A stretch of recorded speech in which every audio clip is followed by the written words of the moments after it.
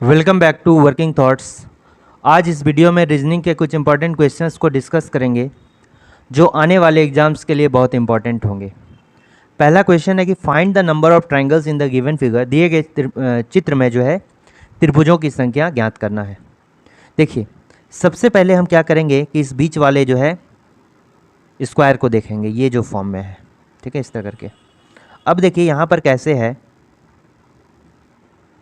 ठीक है, यहाँ पर पहले इस तरह करके मिलाया गया है, ठीक है ना, और फिर क्या किया गया है, इधर बीच में मिला दिया गया है, ठीक है।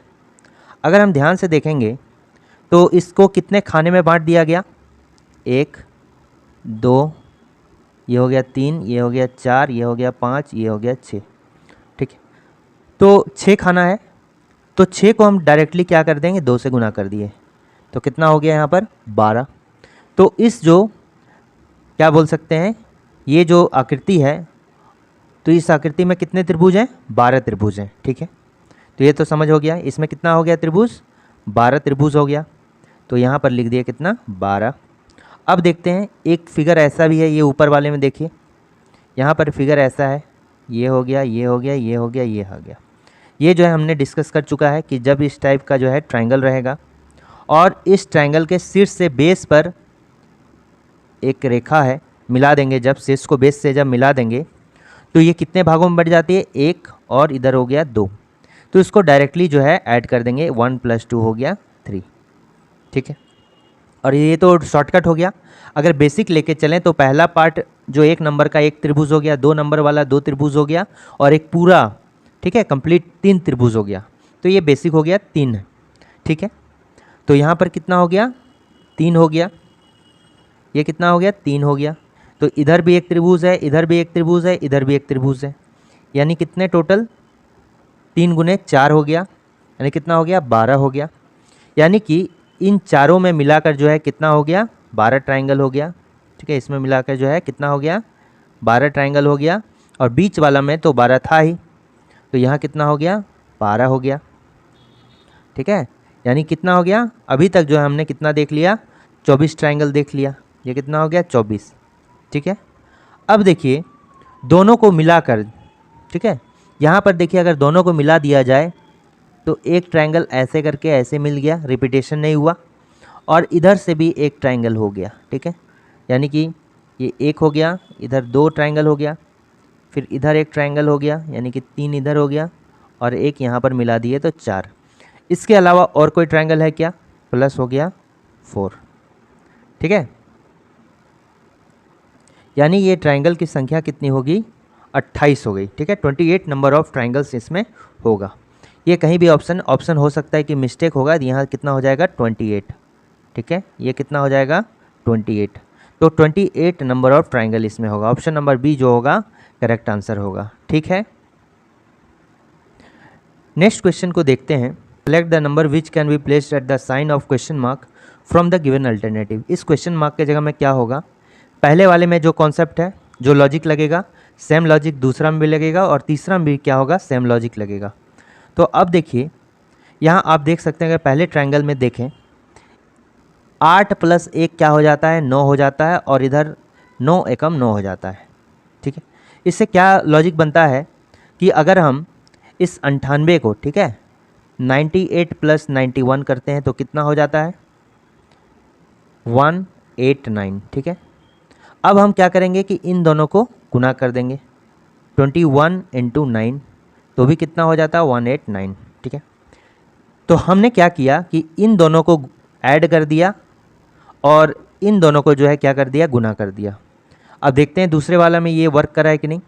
111 + 87, तो 111 + 87 कितना हो गया, 198, और 11 × 18 हो गया 198। तो ये तो लॉजिक काम कर रहा है, ठीक है। तो सेम जो है इसमें भी देखना होगा, तीसरे वाले में क्या करना होगा, सेम लॉजिक लगेगा। हमको क्या करना है कि इस 79 + 96 को क्या कर दिए, ऐड कर दिए। जब ऐड कर दिए तो कौन कितना हो जाएगा, 175 हो गया, 175 हो गया। अब सेम आना चाहिए, ठीक है, इन दोनों का मल्टीप्लाई जो है कितना आना चाहिए, 175 आना चाहिए।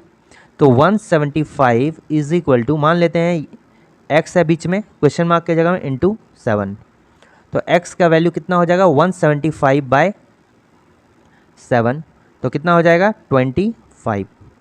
तो ये 25 ऑप्शन नंबर 1 क्या होगा, करेक्ट आंसर होगा। ठीक है, नेक्स्ट क्वेश्चन को देखते हैं।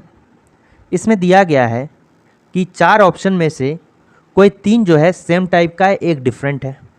तो देखिए हेमेटाइट, लिमोनाइट, सीडेराइट, ठीक है, तो ये सभी क्या है, ये सभी जो है आयरन मेटल्स हैं। ठीक है, लौ अयस्क है। ठीक है, आयरन ओर जिसको बोलते हैं, ये क्या है, आयरन ओर है, लौ अयस्क, जिससे जो है लोहा का उत्पादन होता है। ठीक है, तो ये कौन हो गया, अगर इंग्लिश में इसको देखें तो आयरन ओर हो गया। तो आयरन ओर कौन सा है, ये हेमेटाइट है, लिमोनाइट है और ये सीडेराइट है। ठीक है, ये तीनों जो है एक समान होगा, ये तीनों एक समान हो गया। लेकिन ये जो बीच वाला है, आप देख सकते हैं ये वाला, यानी कि कौन सा हम बोल रहे हैं इसका, ये वाला एंथ्रेसाइट। एंथ्रेसाइट क्या है, एंथ्रेसाइट हो गया, बिटुमिनस हो गया, पीट हो गया। ठीक है, तो ये सब जो है कोयला के अयस्क हैं, कोलोर। ठीक है, कोयला का अयस्क हो गया, और ये तीनों क्या हो गया, लौ अयस्क हो गया। इसलिए जो है कौन सा डिफरेंट होगा, ऑप्शन नंबर 3। कोयला का बहुत किस्म होता है, एंथ्रेसाइट सबसे अच्छा कोयला होता है, पीट होता है, बिटुमिनस होता है। ठीक है, तो ये सभी जो है कोयला का टाइप हो गया। नेक्स्ट क्वेश्चन को देखते हैं कि इसमें एक आकृति दी गई है, और इस आकृति में हमको क्या ढूंढना है, कितने स्क्वायर्स हैं। ठीक है, स्क्वायर वर्ग ढूंढना है। तो एक तो वर्ग पहला ये हो गया, दूसरा वर्ग ये क्या हो, ये वाला हो गया, तीसरा वर्ग जो हो गया ये वाला हो गया, चौथा वर्ग ये वाला हो गया, अब देखिए पांचवा वर्ग जो है ये वाला हो गया, ये तो 5 हो गया। ठीक है, अब देखिए इसके अलावा और कोई कौन सा है, एक वर्ग यहाँ भी आप देखिएगा तो एक वर्ग देखिए ऐसे करके है, इसको लेकिन मिलाया नहीं गया, इसको मिलाता तो वर्ग होता, लेकिन इसको तो मिलाया नहीं गया इसलिए ये वर्ग नहीं होगा। ठीक है, अब देखिए इसको मिलाया नहीं गया है, यहाँ पर जो है ऐसे ऐसे करके ये जो मिलाया नहीं गया, मिला दिया जाता तो ये भी क्या होता, वर्ग होता, लेकिन यहाँ पर मिलाया तो नहीं गया है इसलिए ये क्या है, वर्ग नहीं है। तो वर्ग इसमें, और इसमें भी सेम इसी तरह से है, इसको किए, लेकिन यहाँ पर आगे में जॉइंट नहीं है, ये वाला मिलाया गया है का नहीं मिलाया गया है, इसलिए इसमें क्या होगा, केवल जो वर्ग की संख्या होगी वो यही 5 होगा। क्या होगा, 1 हो गया, 2 हो गया, ठीक है, फिर क्या हो गया, 3 हो गया, 4 हो गया, 5 हो गया। तो वर्गों की संख्या जो इसमें होगी सिर्फ कितनी होगी, 5 होगी। इसके अलावा और कोई होगा क्या, नहीं होगा। ठीक है, ये जो है सिलोलिज्म का क्वेश्चन है, किसका क्वेश्चन है, सिलोलिज्म का, सिलोलिज्म का।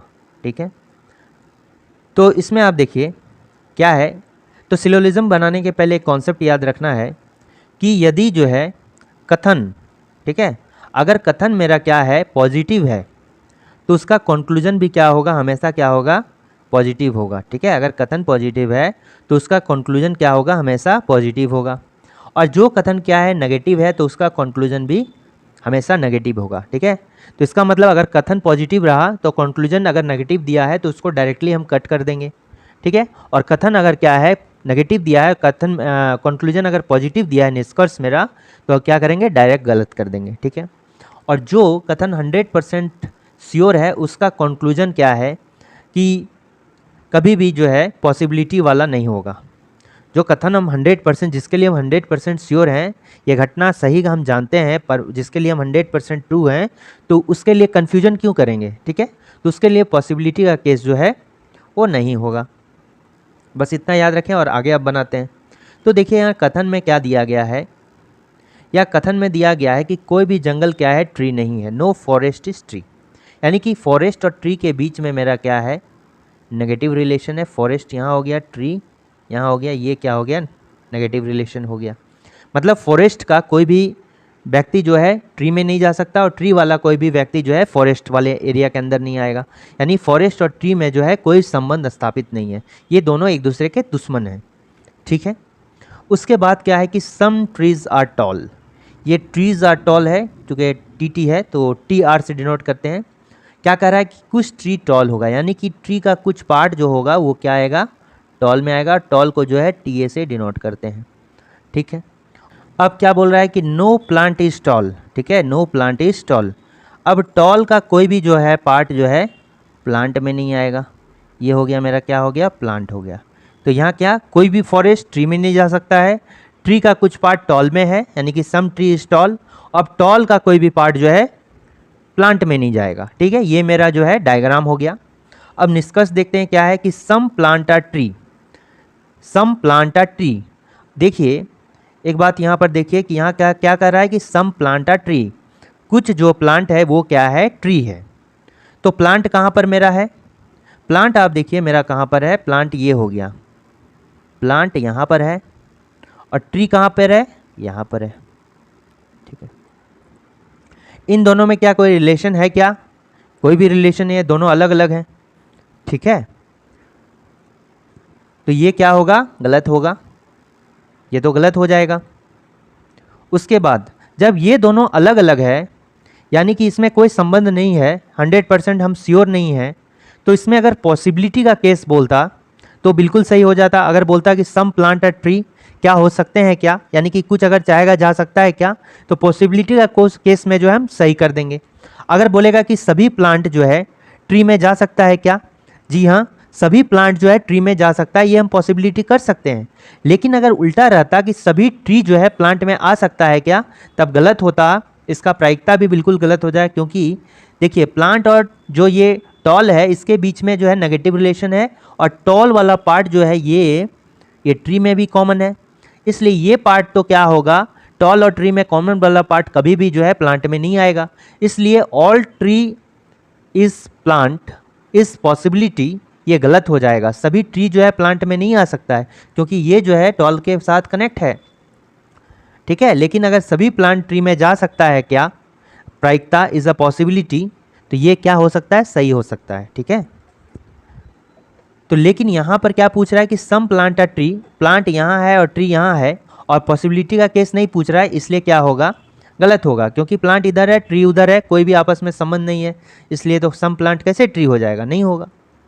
दूसरा क्या बोल रहा है, दूसरा क्या कह रहा है कि ऑल ट्री आर लॉन्ग, ठीक है, all trees are long, long ना दें, इसको टॉल दें, ठीक है, tall, tall, all trees are tall, tall का मतलब क्या है, लॉन्ग ही दिया है, मतलब लंबा, ठीक है। ऑल ट्रीज आर टॉल, तो देखिए ट्री यहाँ है और टॉल यहाँ है, तो सभी ट्री टॉल होगा क्या, नहीं होगा, क्योंकि ट्री और टॉल के बीच में सम का रिलेशन है, और सम का रिलेशन में जो है ऑल तो कभी नहीं आएगा, ठीक है। ऑल का रिलेशन होगा तो सम आएगा, लेकिन सम के रिलेशन में क्या होगा, ऑल वाला गलत हो जाएगा, इसलिए ये वाला क्या हो जाएगा, दूसरा वाला गलत हो जाएगा। तीसरा क्या दिया है, सम फॉरेस्ट आर लॉन्ग, यहाँ भी टॉल दीजिए, हिंदी में टॉल को ही लॉन्ग लिख दिया है गलती से, ठीक है। सम फॉरेस्ट आर टॉल, तो यहाँ पर सम फॉरेस्ट आर टॉल दिया गया है। देखिए फॉरेस्ट कहाँ है, यहाँ पर है, ठीक है, और टॉल कहाँ पर है, यहाँ पर है। तो चूँकि सम फॉरेस्ट आर टॉल, उसी तरह फॉरेस्ट देखिए यहाँ पर दिया गया और टॉल मेरा यहाँ दिया गया है, इन दोनों के बीच में कोई रिलेशन होगा क्या, नहीं होगा, इसलिए ये भी क्या हो जाएगा, गलत हो जाएगा। तो इसमें आंसर क्या होगा, तीनों तो गलत हो गया, इसलिए ऑप्शन नंबर ए जो है गलत होगा, कोई भी निष्कर्ष जो है सही नहीं होगा, ठीक है, कोई भी निष्कर्ष क्या होगा, सही नहीं होगा, ठीक है। नेक्स्ट देखते हैं क्या है। नेक्स्ट क्वेश्चन जो है कैलेंडर का, इसमें कह रहा है कि 31 जनवरी 2007 को सप्ताह का कौन सा दिन होगा। तो इसमें जो है कुछ कोड को याद करना होगा, जैसे 033 614 625 और 035, ठीक है। ये जो है मंथ का कोड हो गया, ये जनवरी का, ये फरवरी का, ये मार्च का, ये अप्रैल का, ये मई का, ये जून का, ये जुलाई का, अगस्त, सितंबर, अक्टूबर, नवंबर, दिसंबर का कोड हो गया, ठीक है। इसको याद कीजिए, आप लिख लीजिए कहीं पर। और देखिए ये हो गया 6420, ठीक है। ये जो है 1600 अगर ईयर है, शताब्दी वर्ष है 1600, जिसको 4 से डिवाइड लग जाएगा 400 से, वही शताब्दी वर्ष होगा। ठीक है, जो मेरा 400 से डिवाइड लग जाएगा ईयर, वो शताब्दी वर्ष हो जाएगा, सेंचुरी ईयर होगा। तो जैसे सेंचुरी ईयर से स्टार्ट करेंगे, मान लीजिए 1600 है, ठीक है, फिर 1600 क्या हो गया, 1700 हो जाएगा, 100 करके चलेंगे, 4 कोड हो गया 1700 का, फिर उसके बाद 2 किसका हो गया 1800 का, फिर 0 किसका हो गया 1900 का, फिर 1900 के बाद शताब्दी कोड आ जाएगा 2000, फिर यहाँ पर 6 से स्टार्ट हो जाएगा, फिर 100 साल आगे चलेंगे, फिर आगे चलेंगे, फिर आगे चलेंगे, यानी कि ये 2100, 2200, 2300, उसके बाद फिर आ जाएगा 2400, 2400 के बाद जो है 6 से, यानी कि जो शताब्दी वर्ष होगा उसका कोड हम कितना करेंगे 6 करेंगे, और आगे का 3 साल का जो है 420 रखेंगे। ठीक है, 100 करके आगे आगे आगे, जैसे यहाँ 1700 का 4 हो गया, 1800 का 2 हो गया, 1900 का 0 हो गया। उसी तरह का अगर 2400 का मान लीजिए हम करने जा रहे हैं, तो 2400 का कितना 6 हो गया, फिर उसके बाद 2700 का लेंगे 4 लेंगे, 2800 का 2 लेंगे, 2900 का क्या लेंगे 0 लेंगे। ठीक है, तो इस तरह के कोड हैं। फिर ये तो समझ में आ गया। अब क्या हो गया, सप्ताह का कोड हो गया, जैसे 1 2 3 4 5 6, ठीक है, और 6 के बाद 7 को हम क्या लेंगे 0 लेते हैं। अब देखिए ये जो है सप्ताह का पहला दिन कौन सा होता है, सप्ताह का पहला दिन जब से हम काम का शुरुआत करते हैं मंडे से करते हैं। ये संडे तो खाली दिन होता है, इसलिए इसका कोड क्या है 0। आगे देखिए ट्यूसडे, वेडनेसडे, थर्सडे, फ्राइडे और सैटरडे, ये याद रखना है। ठीक है, अब इसको सॉल्व करते हैं, कैसे करेंगे देखते हैं। देखिए 31 जनवरी 2007 को सप्ताह का कौन सा दिन होगा, तो 31 हो गया, यहाँ जनवरी हो गया और ये 2007 हो गया। ठीक है, तो देखिए 31 हो गया, अब देखिए प्लस लिखते हैं, और जनवरी का कोड कितना था, जैसे 033 से स्टार्ट था, 033, 614, 625, 035, तो ये जनवरी का, ये फरवरी का, मार्च का। तो जनवरी का कोड क्या था 0 था ना, तो जनवरी का कोड में 0 लिख देंगे। अब 2007 हो गया। ठीक है, तो 2007 को कैसे लिखेंगे, मान लीजिए 2000 + 7, तो 2000 का कोड कितना होता है, जैसे कि 6 420, तो 2000 मान लीजिए क्या कोड कितना शताब्दी वर्ष है, तो 6 होगा, तो यहाँ पर आप 6 लिख दीजिए। ठीक है, 6 लिख दिए, और बचा कितना 2007 को कैसे लिखना, 2000 + 7, तो 2000 का कोड हो गया 6, अब 7 हो गया। अब 7 में देखिए कितना लीप ईयर होता है, 7 में जो है 7 तो लिख दिए, अब 7 में कितना लीप ईयर आता है उसको भी लिखना है। ठीक है, तो 7 में कितना लीप ईयर आता है, इसको लीप ईयर निकालने के लिए 4 से हम भाग देते हैं, तो कितना टाइम में खाता है 1 टाइम में, और ठीक है, यानी कि एक बार में खाता है तो 1 लीप ईयर होगा, तो यहाँ भी 1 भी हम क्या करेंगे ऐड कर देंगे। ठीक है, अब क्या करेंगे, इसको 7 से डिवाइड देंगे, ये कितना रिमेनिंग डेज पर काउंट होगा। या तो आप इसको पूरा ऐड करके भाग दीजिए और जो रिमेनिंग होगा उसको निकालिए, या फिर अलग अलग भाग देते हैं। जैसे 31 को अगर 7 से भाग देंगे तो रिमेनिंग मेरा कितना हो जाएगा, 7 चौक 28। ठीक है, 7 चौक 28, तो रिमेनिंग कितना हो जाएगा, यहाँ पर 2 हो जाएगा, सॉरी रिमेनिंग कितना हो जाएगा 3 हो जाएगा, 31 - 28 हो गया कितना 3, तो रिमेनिंग कितना हो गया 3 हो गया। चूँकि 0 जो है 7 से छोटा है, इसलिए ये तो ज्यों का त्यों रहेगा, भाग तो लगेगा नहीं। 6 भी 7 से छोटा है, इसके ज्यों का त्यों हो गया। अब 7 क्या है, 7 एकम 7, तो रिमेनिंग कितना हो गया 0 हो गया, कुछ बचेगा नहीं। अब 1, तो 1 का 1 7 से छोटा, अब इसको ऐड कीजिए, कितना होगा 3 + 0 + 6 + 1, तो कितना हो गया 10 हो गया। 10 को फिर 7 से भाग दीजिए, या यहाँ पर देखिए अगर आप भाग रिमेनिंग निकालना है तो यहाँ पर और एक देखिए, यहाँ पर ये जो 6 है और 1, 6 + 1 7, और 7 से क्या हो जाएगा 7 से 7 कैंसिल हो जाएगा, रिमेनिंग हो जाएगा कितना 0। ठीक है, तो 3 + 0 + 0 हो जाएगा, तो ये कितना हो गया, रिमेनिंग अगर देखेंगे तो कितना हो जाएगा 3 हो जाएगा। ठीक है, अगर यहाँ पर ऐड करेंगे तो कितना हो जाएगा 3/7 हो जाएगा, चूँकि 3 क्या है 7 से छोटा है, इसलिए रिमेनिंग क्या हो जाएगा 3 ही हो जाएगा। ठीक है, समझ में आ रहा है। जनरली आपको क्या करना है कि इन सभी को ऐड करके बस 7 से डिवाइड दीजिए और रिमेनिंग निकाल लीजिए। तो 3 मेरा रिमेनिंग बचेगा। अब देखिए 3 जो रिमेनिंग बच रहा है, तो 3 किस दिन का कोड होता है? जैसा कि हमने कहा कि पहला जो होता है सोमवार होता है, दूसरा कोड किसका? मंगलवार का होता है, ट्यूसडे का, तीसरा किसका होता है? वेडनेसडे का। ठीक है, तो तीसरा निकल गया, तो ये दिन कौन सा होगा? ये दिन होगा वेडनेसडे, बुधवार हो जाएगा। ठीक है, एक इम्पॉर्टेंट इसमें नोट करना है कि अगर, ठीक है इसको मिटा देते हैं, ये समझिए इसका बुधवार होगा। इसमें एक नोट करना है कि यदि ये जो है लीप ईयर होगा, लीप ईयर कहने का मतलब जैसे 2008 हो गया, ये लीप ईयर है कि नहीं पता करने के लिए डायरेक्टली हम 4 से डिवाइड देंगे। ठीक है, और शताब्दी वर्ष अगर रहे, मतलब उसमें जो है 100 के फॉर्म में रहे, तो उसको 400 से डिवाइड देंगे, और शताब्दी वर्ष ना रहे तो उसको 4 से डिवाइड देंगे। ये 2008 है, इसको अगर डिवाइड करेंगे तो 4 से क्या कम्प्लीटली डिवाइड हो जाएगा, यानी ये क्या हो गया? लीप ईयर, लीप वर्ष हो गया। अगर नहीं खाता तो ये नॉन लीप ईयर हो गया। तो 2007 जो है चूँकि यहाँ पर नॉन लीप ईयर है, तो कहने का मतलब क्या है कि अगर यहाँ पर लीप ईयर होता और ये जो मंथ है जनवरी या फरवरी का होता, जनवरी या फरवरी का मंथ होता, तो जो भी रिज़ल्ट आएगा, जैसे बुधवार आया रिज़ल्ट, तो जो भी मेरा रिज़ल्ट आता उसमें हम डायरेक्टली एक दिन माइनस कर देते और वो मेरा रिज़ल्ट होता। ठीक है, तो ये बात याद रखना है। तो इसका करेक्ट आंसर क्या हो जाएगा? वेडनेसडे, बुधवार। आगे के क्वेश्चन को देखते हैं कि select the dice which can made by folding the given paper into the cube. उस पासे का चयन कीजिए जिसका निर्माण दिए गए कागज को घन के रूप में मोड़कर किया जा सकता है। ये जो बनाया गया है ये वाला, ये क्या है? ओपन डाइस है, खुला पासा है। तो इसमें क्या होगा कि जो भी अगल बगल होगा वो कभी भी विपरीत नहीं होगा। ठीक है, जैसे डाइस में 6 फेस होता है उसका, तो जो फेस अगल बगल होगा वो कभी विपरीत होगा क्या? नहीं होगा। तो इसमें बस यही याद रखना है, जो भी फेस अगल बगल होगा वो कभी भी एक दूसरे के विपरीत नहीं होगा। तो ये बासे का खुला रूप है, तो इसमें देखिए डी जो है ई के क्या होगा? विपरीत होगा। यहाँ पर ए जो है क्या होगा? सी के विपरीत होगा, और बी जो है एफ के विपरीत होगा। ठीक है, ये याद रखना है।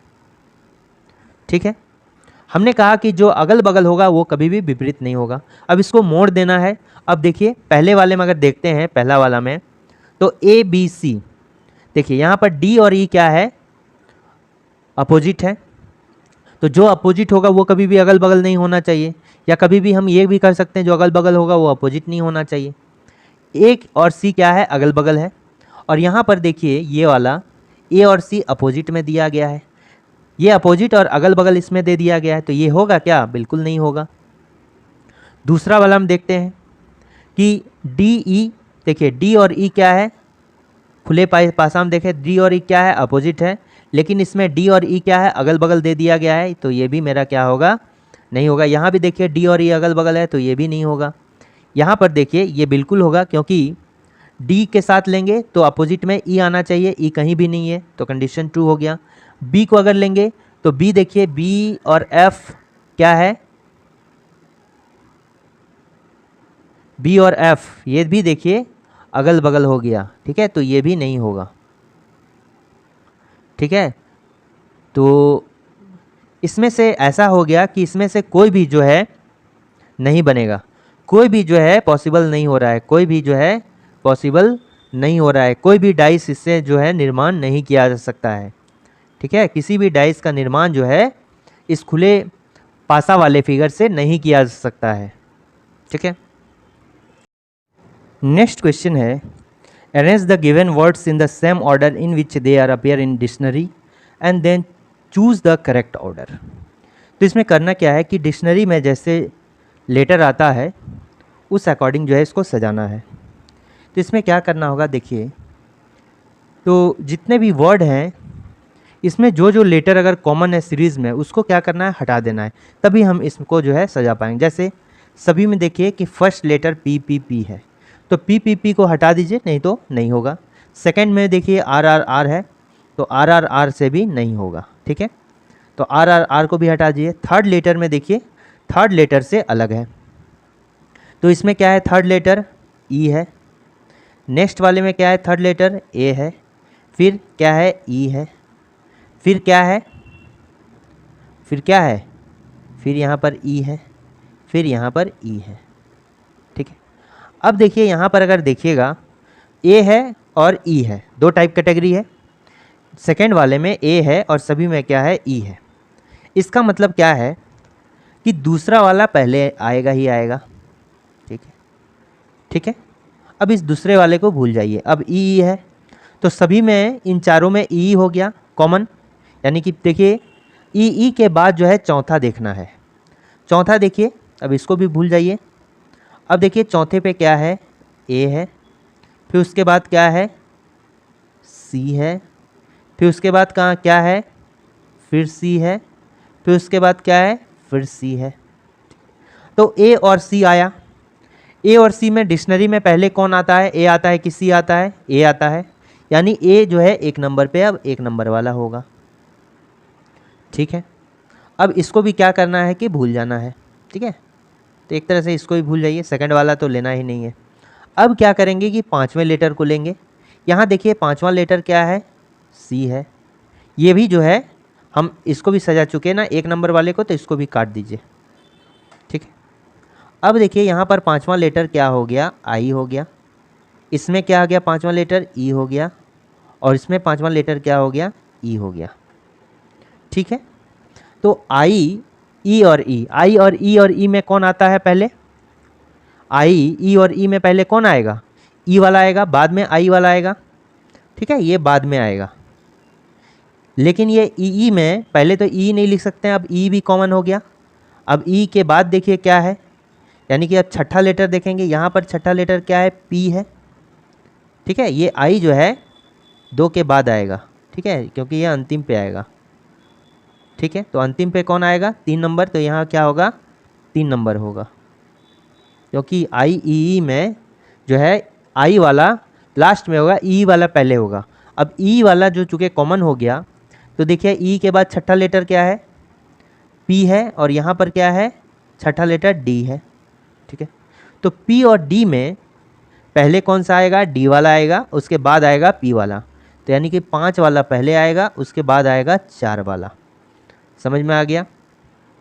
ठीक है, तो इसमें से कौन सा होगा, 2 1 5 4 3, 2 1 5 4 3, ऑप्शन नंबर डी क्या होगा, करेक्ट आंसर होगा।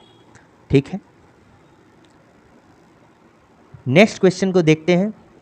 यहाँ पर जो है 4 नंबर दिया गया है, इनमें से जो है कोई 3 नंबर जो है सेम उसमें लॉजिक फॉलो हो रहा है, और एक जो है डिफरेंट है तीनों से। तो अब अगर ध्यान से देखिएगा, ये जो 216 है ये किसका क्यूब है, 6 का क्यूब है। 125 किसका क्यूब है, 5 का क्यूब कितना हो गया, 125। ये किसका क्यूब है, 9 का क्यूब हो गया।